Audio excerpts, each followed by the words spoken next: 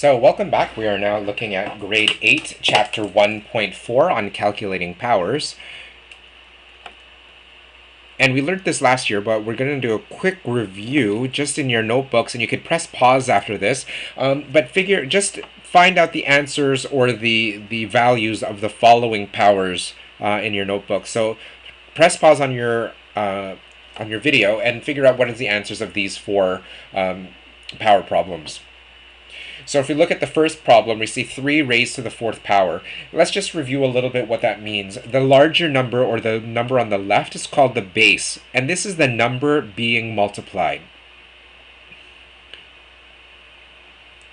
So normally if you're multiplying to a multiple number of times, then that number will get larger if your base is a certain number.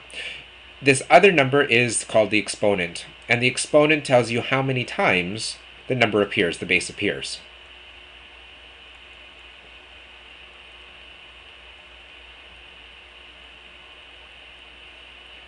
So for example, if we look at 3 to the 4th power, most commonly people who do this very quickly would think of this as 3 times 4, because you see numbers that are together, and in algebra, when we see numbers that are together, we tend to want to multiply them. However, when we see an exponent, we have to be very, very careful and ask ourselves, what does this mean? It means that the 3 is the actual original number, but we are multiplying it by itself a total of 4 times that we see the number of the base. So for example, 3 raised to the 4th power would mean 3 times 3 times 3 times 3, which is, if we multiply those out, it's not 3 times 4, it's 3 times itself, a total of 4 times that we see the number 3. And so 3 times 3 is 9, times 3 is 27, times 3 is 81. That's definitely not 12. 4 to the 3rd power, we might say, well, it's the same numbers, so maybe it's the same answer. But really, 4 to the 3rd power, or 4 cubed, is 4 times 4 times 4. And 4 times 4 is 16, times 4 is 64. So as you can see, the answers are completely different based on whether or not the numbers are in the base or in the exponent. 2 to the 2nd power, or we call this 2 squared. Let's just review that. This is a cubed number, so 4 cubed is 64. And 10 raised to the 2nd power is 10 times 10, or 100.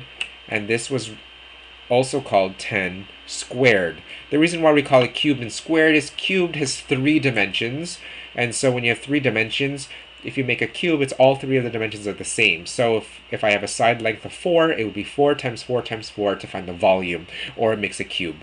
Whereas squared is 2-dimensional. So if I have 10 squared, it means I have 10 as the length and 10 as the width. So 10 times 10 makes an area of 100. 2 to the 10th power is when you expand it, not the same as 10 squared, but it's 2 multiplied by itself, and a total that we see it, the number 2, 10 times. So that's 5, 6, 7, 8, 9, 10. And if we remember from grade 7, because we did this problem, this is 2 times 2 is 4, times 2 is 8, times 2 is 16, then 32, then 64, then 128, then 256, 512, 1024. Much different from the original answer of 10 squared. So here's a little concept, is now when we have decimals, it can change the value of our answer. So if I look using your calculator, and the way you can use your calculator, again, is just reviewing, you have the XY button, or you have an YX button, or you have a caret symbol on your scientific calculators. So 3 to the 4th power would be, you type in 3, the exponent button, 4, and you should get the answer 81 when you press equals. If you don't have a scientific calculator, you can use the equal sign and just press it repeated number of times. So you press equals, equals, equals, equals, and that should equal the same answer as if you had the exponent button. It's just a little bit trickier to use. Now let's notice what happens when the base changes. What if we have a base of something that is 2 to the 3rd power? What this means is I am doubling every time a total of 3 times. So which really means, so I double, then double, then double. So it means a total of 8 times greater than the original number.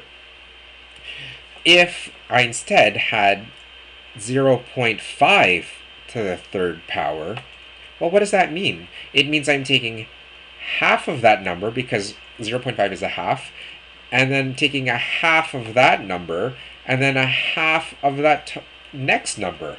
Whoa! So a half of a half is a quarter, and another half of that is 1/8, or 0.125. Notice that my answer is less than my original base. Well, why does that happen? That happens because our base is less than 1. If our base is less than 1 and our exponent is greater than 1, then our answer, so if the base is less than 1, but the exponent still continues to grow, the answer will be less than the original base.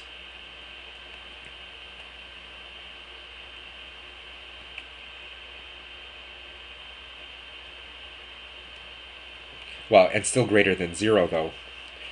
We're not going to look at negative bases right now, so we'll make sure that we say if the base is greater than 0, but less than 1, then the answer will be less than the original, because I'm taking a fraction, or I'm taking a decimal, or something less than 1 of that original number.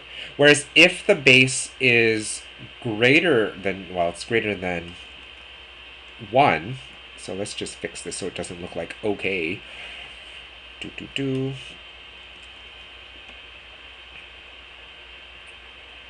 So if the base is greater than 1, then what will happen is that the answer will be greater than the original number, because what's happening is you're multiplying by a larger portion of itself. So for example, if the base is 2, you're doubling each time. If the base was 3, then I'm tripling each time. If the base was 5, then I'm multiplying by 5 each time. If the base was 10, then it's 10 times greater each time that I multiply by itself, so every time the exponent goes up. So given these answers, you could predict a little bit about what your answer is going to look like, whether or not it's going to be less than or greater than your original number. So hopefully you understood that. We'll take a look at some problems in class.